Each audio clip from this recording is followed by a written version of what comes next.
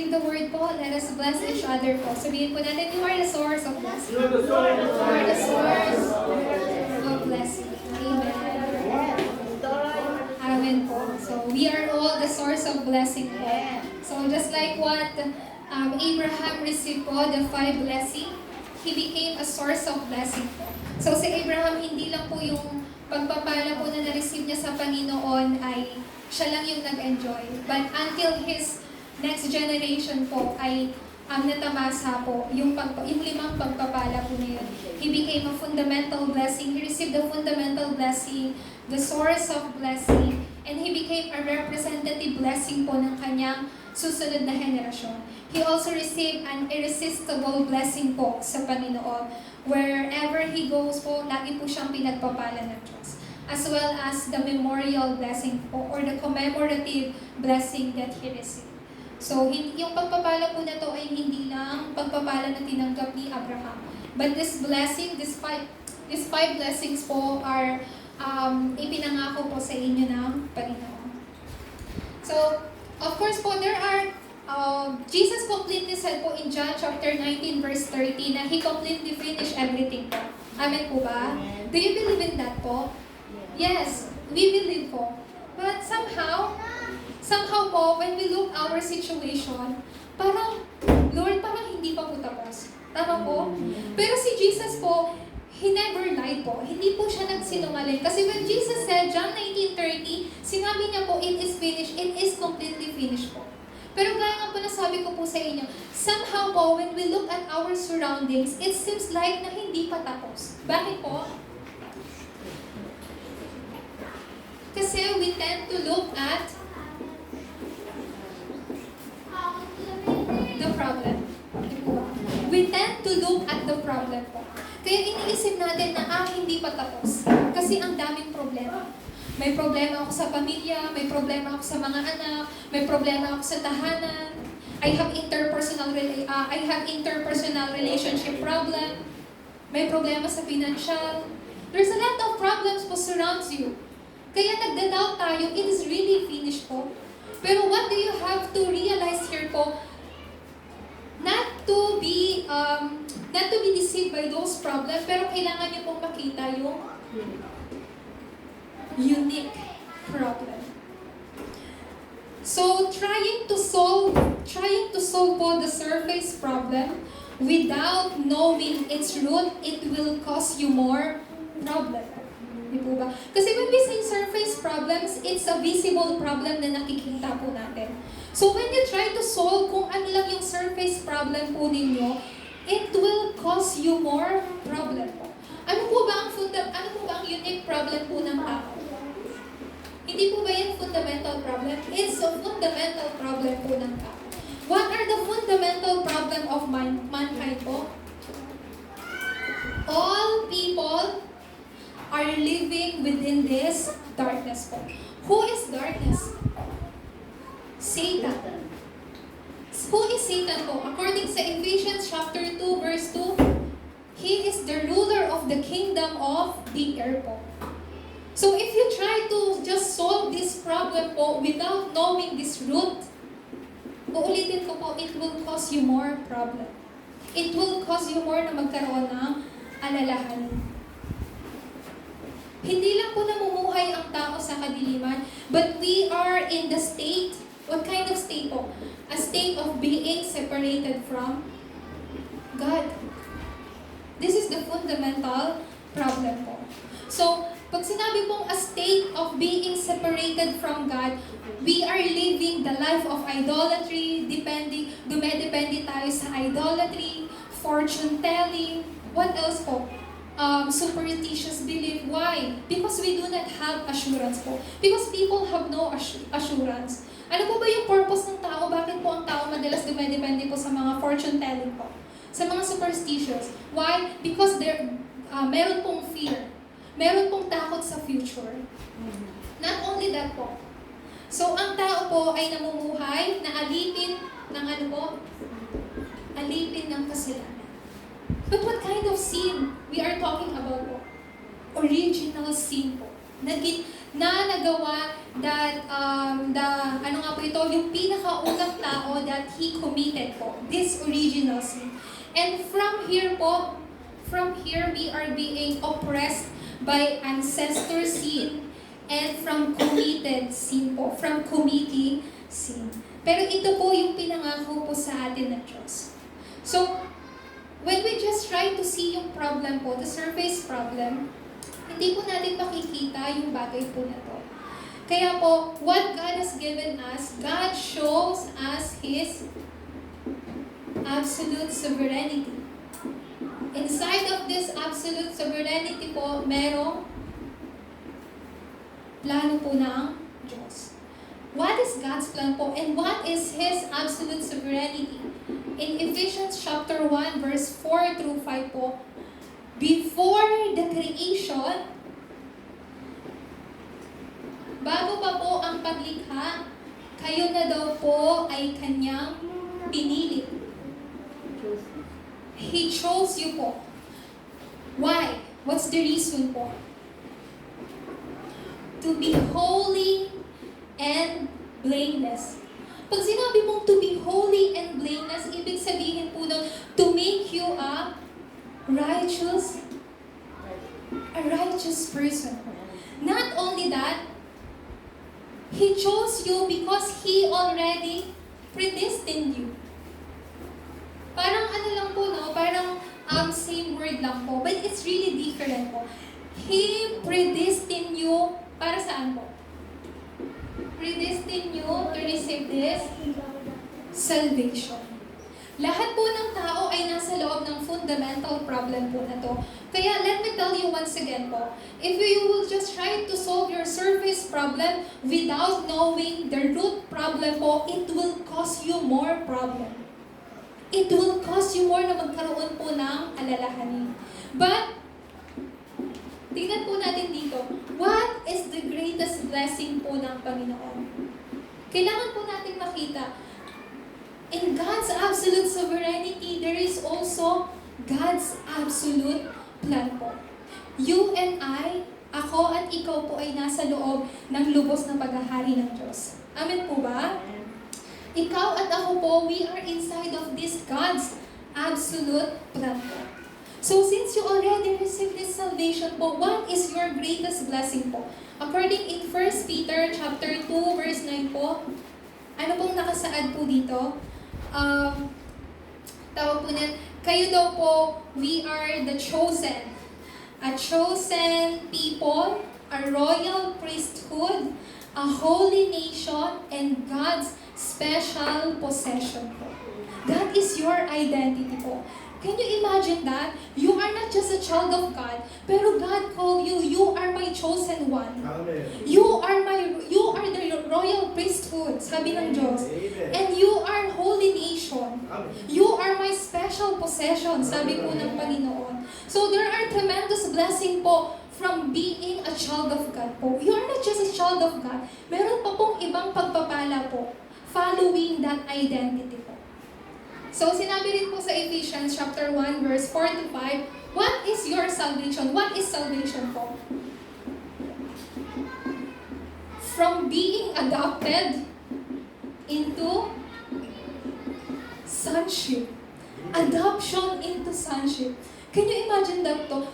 Mga ampun po tayo pero ginawa po tayong anak ng Diyos. Sa madali pong salita, we call this salvation. Kasi we were once adopted po eh. Hindi po tayo kinikilalang anak po ng Diyos. But, through Christ, through Jesus Christ po, mula sa kadiliman, from darkness, He brought us into His wonderful light. Sino po ito? Si Kristo. Why? Bakit po? Sabi po sa 1 Peter chapter 2 verse 9. Sabi ng Diyos, you are my chosen people, a royal priesthood, a holy nation, my special possession. Why? That you may declare that you may declare. What is the other word po ng that you may declare? That you may proclaim. That you may relay. Ano po? Yung kaluwalhatian daw po ng Diyos. So that you may declare, ano po, yung liwanag po ni this light of Christ. Sa simpleng salita po, declaring means evangelism. Your evangelism and your mission po. This is your greatest blessing po. Hindi lang kayo yung nagpo-possess po nito, pero as you enjoy itong identity po ninyo, kailangan nyo rin po yung i-declare. You also have to proclaim. You also have to relay this po sa ibang tao. This is evangelism po. Huwag niyo pong kakalimutan na ito po ang tunay na pagpapala po ninyo. Do not ever be deceived by surface problem po. You have to see what is unique problem.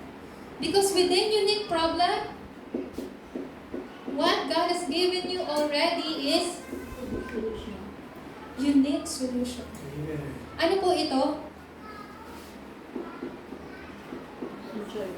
This is gospel po. And by receiving this gospel, ano po ang kailangan niyo pong gawin?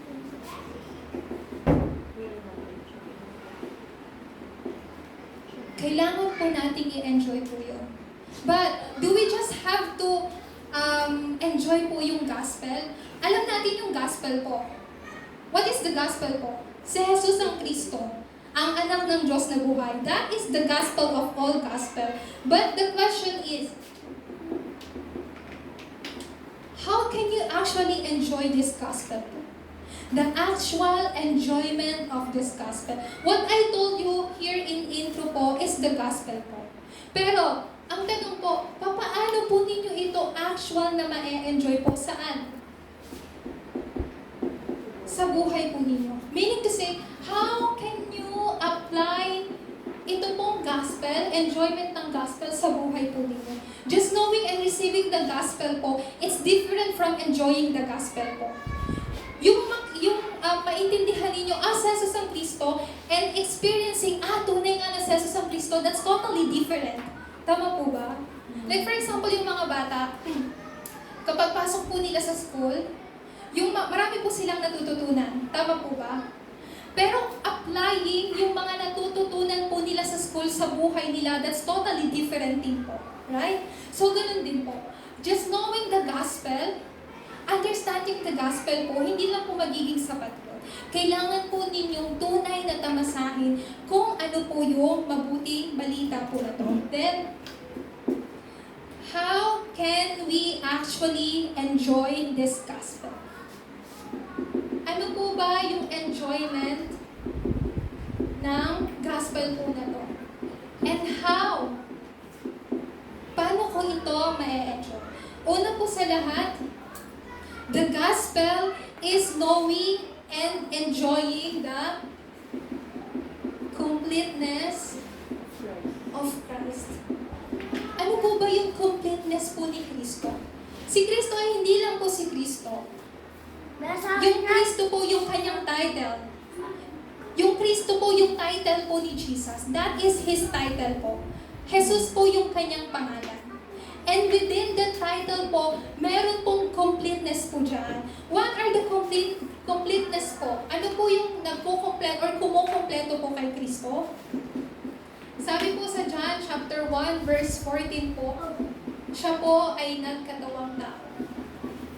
Why Christ incarnated po? For us.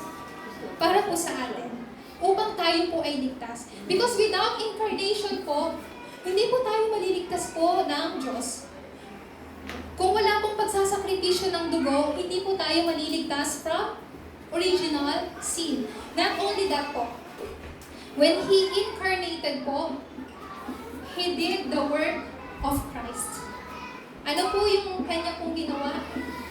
He finished everything on the cross. Already finished po. He already did this po, the work of Christ.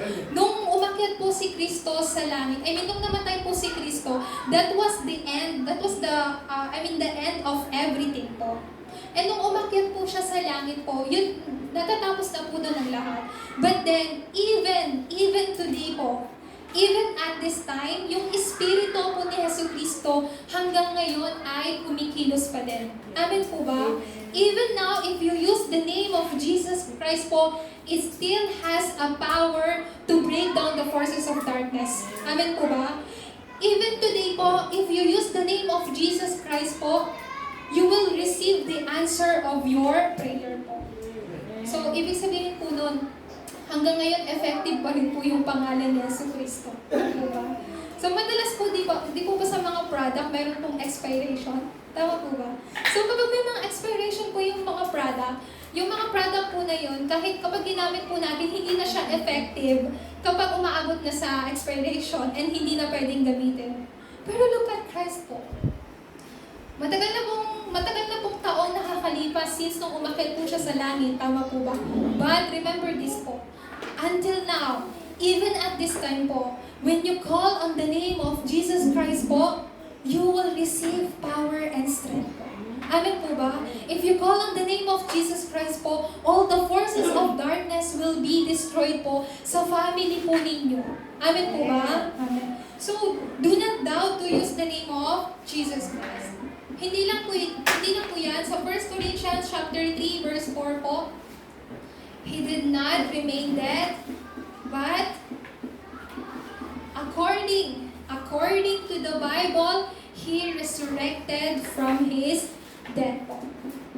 And He promised us in Acts chapter 1, verse 11, that He will come again po. He is the Lord of second coming po. Di po ba? Nung ang mga disciple po, nung nakita po nila sa Jesucristo na bakit na po sa langit. So, tinignan lang po nila kasi they are in a shock state po.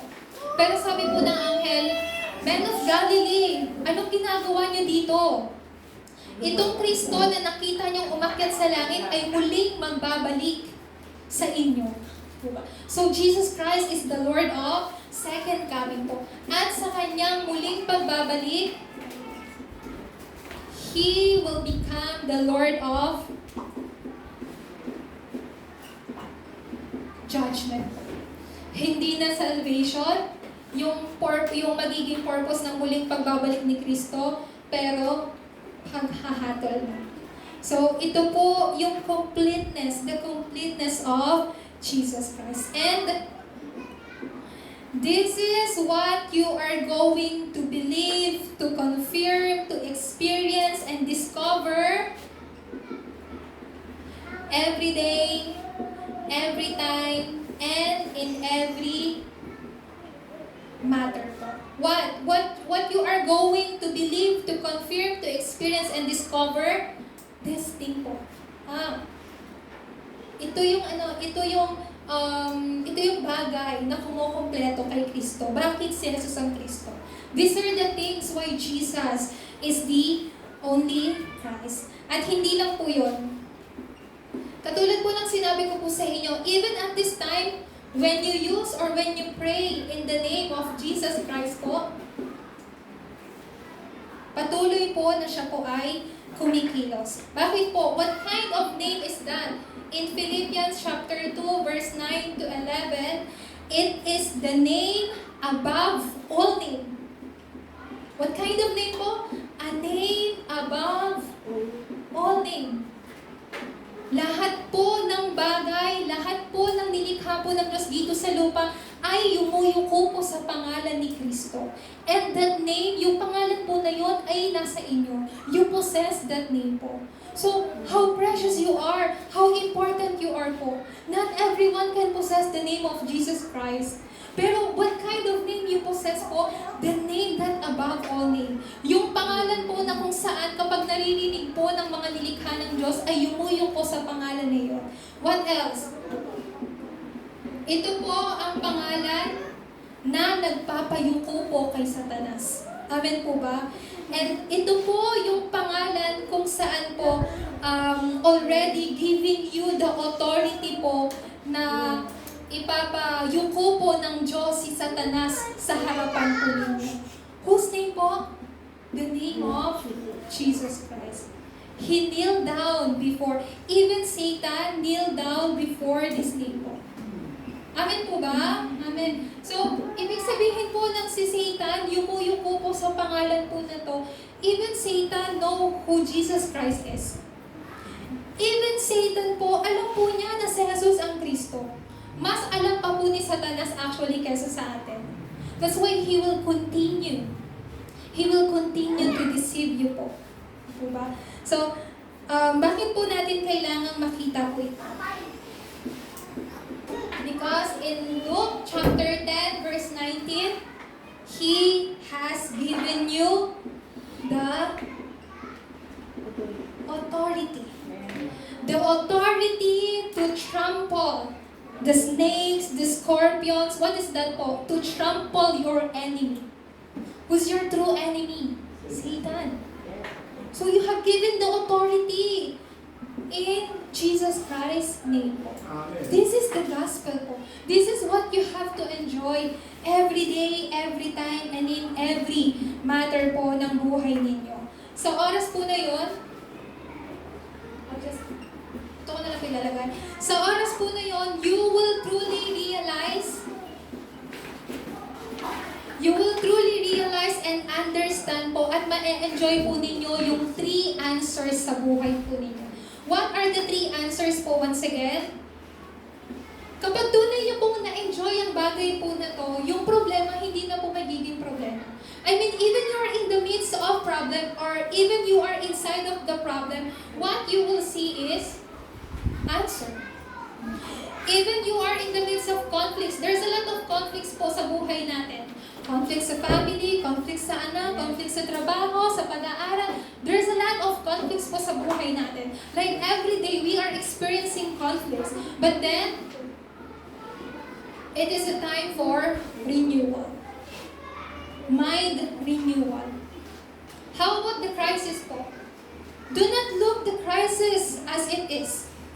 Sa lahat ng crisis po, God always give the opportunity. Just look at Joseph po. Sa ibang tao po, it seems like yung naranasan po niya nung dinala po siya sa Egypto, it's like a crisis. Tama po ba? Because he was sent there as a slave. It was a crisis po sa mata ng mga ibang tao. He was sent as a slave, he became a prisoner po, ganyan. Pero, lahat po ng crisis po na yun na naranasan niya, he turned it into God's opportunity po. That's why later on, he became a governor po ng Egypt. Alam niyo po ba kung gaano kataas yung posisyon po ng isang governor? Di po ba alam po natin? But as a prime minister. So, kailangan din po natin tanggapin po yung kasagutan po na to.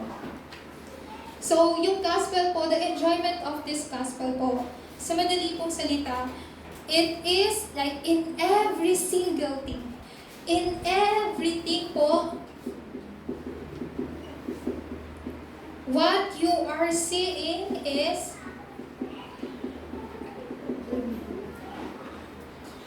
God's blessing. Of course, napaka-importante po to discern problem po. Tama po ba? To discern what is good, what is bad. Of course, it is really important what is evil and not evil. It is important to discern things po. Pero what do we really have to do po is to see everything po sa loob ng pagpapala ng Diyos. That is the gospel po. So let me tell you this po. Tawag po nito, sa loob po ng problema po. Kahit nakakaranas po tayo ng problem, we experience problem po, but what you can see there is blessing po. Yan po ay gospel. Yung pagpapala po ay hindi lang po pagpapala na tawag po nito, you are receiving yung mga, for example, mga physical things, ganyan. May kakulangan ka sa ganito, then you receive that. Yung tunay na pagpapala po is to see everything, even in problems po, yung pagpapala ng Diyos. Yun yung tunay po na pagpapala. You know po, ito po ay totoo. Madalas po sa ating mga tao po yan, is totally, especially yung mga anak po ng Diyos. Ano nga po ito? When we are facing crisis po sa buhay natin, kapag nakakaranas po talaga tayo ng totally crisis sa buhay natin, that's how, doon lang po tayo nagsisimulang manalangin. Is that true po? Madalas. Like for example, totally sa buhay natin, zero prayer. But merong dumating na crisis, ganon. Merong nangyaring problema. Then we totally, talagang, alam niyo po yun, concentrated na nanalangin, 24 oras na mananalangin. Marami po kayong makikita ng mga tao po ganito po, especially sa hospital. Di po ba? Kaya they also have this, ano nga po ito, parang small chapel po, altar para nananalangin. But then, of course, you will receive the answer. Why? Because you are a child of God. God will answer you totally. But, do you really have to wait to face crisis before you pray po? No. Di po ba? Do you really have to wait for problems to come para ma-enjoy nyo yung gospel? Kung ganun po, kailangan nyo pong laging makaranas ng krisis, ng problema, for you to pray and for you to enjoy the gospel. This is what I realized po. Kaya nga po, just remember po, in everything, sa lahat po ng bagay, kailangan po ninyo makita yung pagpapala ng Diyos. That is God's blessing po. You see your children, nakikita mo yung mga anak mo, mga pasaway. Matigas ang ulo. You see them in the eyes of the gospel po. You see them sa loob po ng pagpapala ng gospel. Yun po yung tunay po na pagpapala ng gospel sa lahat po ng sitwasyon. Then, it is not just about enjoying the gospel po. But, kapag na-enjoy po ninyo itong gospel, it will be the start, the beginning of sa mga nakakaalam ng gospel. Actually, dapat medyo ano po ito, baliktad eh. Pero, like those who know the gospel can enjoy the gospel. Tama po ba? Pero kahit magbaliktad po yan, when you enjoy the gospel, you will also understand and realize what the gospel is. Amen. So, that's ano po, it doesn't really matter. So, those who know the gospel po, meaning to say po, those who can really do the actual enjoyment of this gospel. When you know this gospel, you can actual enjoy ito po sa buhay ninyo. Actually, yung isa pa pong title ng like behind the title of yung message po natin is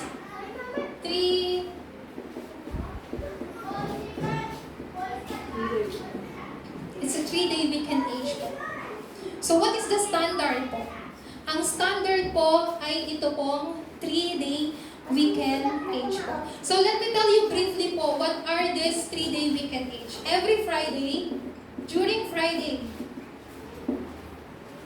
what do we have to do po? Ano pong kailangan po natin gawin? We absolutely must receive healing po. But through what?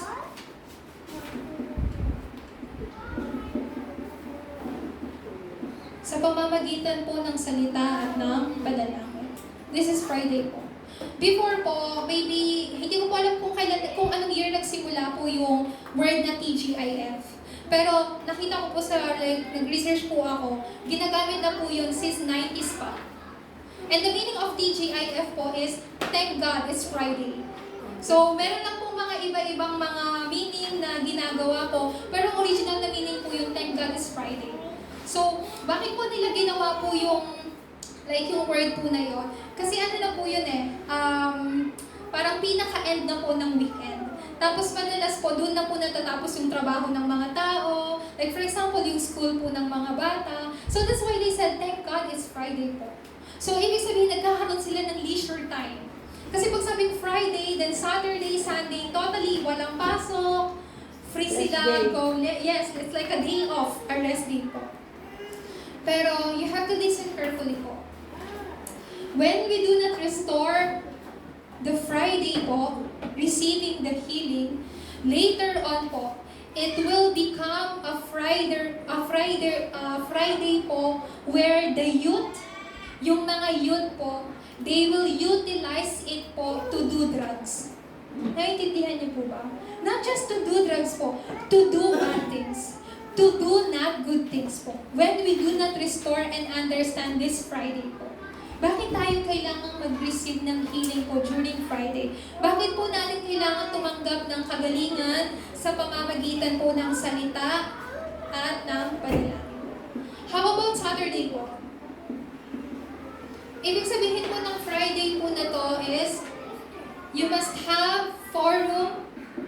Kailangan niyo po mag-forum sa sarili po ninyo. Holding to the word as well as prayer. Then how about the Saturday po? Saturday po, during Saturday, we must have this World's Forum po sa mga remnant. Yung mga remnant po, they are already spiritual summit. Amen po ba? All the children of God, lahat po ng anak ng Diyos ay spiritual summit. Pero, God will place them on, saan po?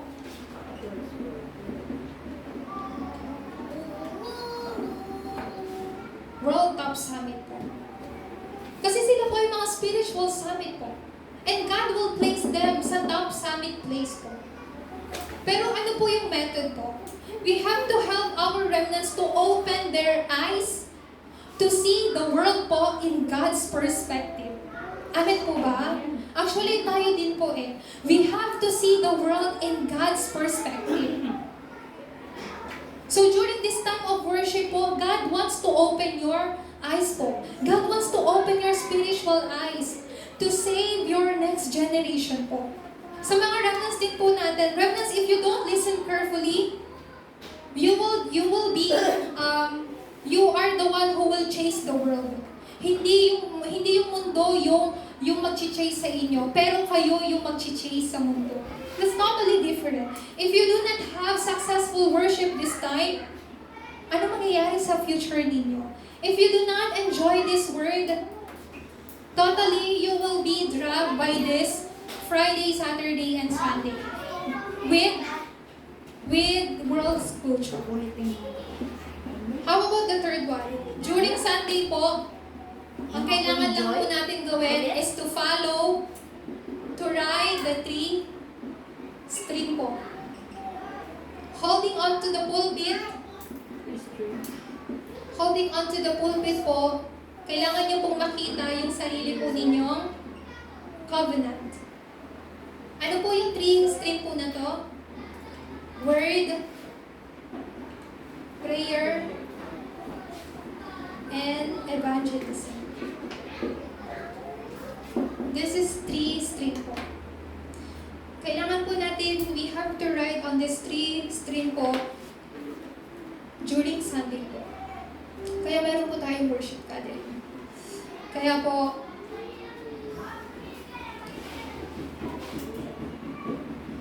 let me tell you a brief message po sa ating pong conclusion. Then,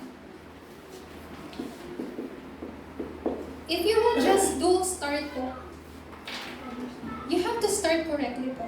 You have to start properly. Kasi if you will just start po, just start now po, pero kung hindi po natin gagawin po yun properly or correctly po, yung start po ninyo is magiging incorrect. That's why what do you have to do po is to have proper start. Do not just start. Have a proper start po. Do not start randomly, but you have to start correctly. Kasi kahit ano pang simula po ninyo, pero kung ang simula po natin ay mali, ang resulta rin po noon ay mali. Tama po ba? But if you will have a proper or correct start, absolutely yung resulta nito ay maayos din po. So what kind of start do we have to do po? This is just one word. Tama po ba? This is just only one word po, but behind this one word, there is tremendous blessing po. Do not just receive the message that Christ as it is po. Kahit dito po sa region po ng EFSA, there's a lot of people who are talking about Christ. Tama po ba? Kahit po sa mga Catholic Church po, they also talk about Christ. But no one talk about only Christ. Tama po ba? No one talk about why Christ should be your Christ. No one talk about why Christ should be my only. Ano po yung dapat po nating maintindihan po dito? Ito pong si Kristo, though it's just one word, it contains every blessing. This is the gospel po. So, you have to, what po? Conclude everything in Christ. Ano po ulit? You have to conclude everything in Christ. You see this problem? Conclude that in Christ. You see your children not following you, not obeying you, may yung attitude po nila not good, yung not good personality po nila, conclude that in Christ. Amen po ba? What you see, what you hear, conclude everything in Christ po. Sa mga remnants natin, kung mahilig kayong magbasa ng libro, do not just read book randomly. Kailangan magbasa kayo ng libro that really allows you to open your eyes to see the world. Alam niyo po yun, like, last week, pumunta po ako ng National Bookstore, dyan po sa Market Mall. And I'm trying to find yung, mga biography po ng mga world successful po na mga Filipino. Hindi po ng mga foreigner po. Kasi I really want to, maging familiarize po sa buhay po nila, paano sila naging successful. Pero, not a single book po na wala po akong nakita. Wala po akong nakitang biography po ng ng successful na tao po sa Pilipinas po natin na may biography.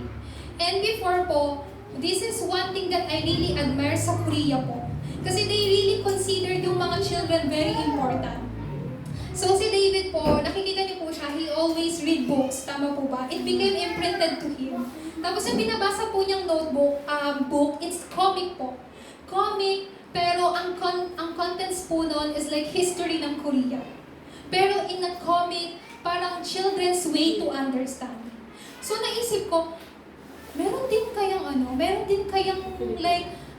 libro, like biography or history ng bansa natin na maiintindihan ng mga bata na parang comic lang. So, that's one thing na I am very sad po. Kasi wala po tayo eh. So, that's why po, you have to conclude everything in Christ. Remnants, yung mga remnants natin, kailangan yung maging kailangan yung maging bookworm. You have to read books. But do not just read books randomly. You have to read books that really open your spiritual eyes. Hindi lang dito sa mundo, but to really see yung gospel. That is the meaning of concluding everything in Christ. Sa ating pong pagtatapos, why we are doing concentration po. Why we have to enjoy yung everyday, every time, and in every matter. And why we have to do understand po or transcend and accept everything po, because it all towards Christ po. Once na alam po natin yung gospel, once na ma-enjoy po natin yung gospel is not easy to understand po. It's not po. Pero kahit ma-enjoy nyo lang po yung gospel will make you understand, accept, and transcends everything po. Amen po ba? Amen. Meaning to say po, you will see everything in God's perspective po. Amen po? Amen. Palakpakan po natin ang Panginoon. Amen. I really pray po that throughout this week, may we have this actual enjoyment po ng gospel that really apply po sa buhay po natin. So ngayon po, tayo po ay umawit. Let us sing po, Jesus.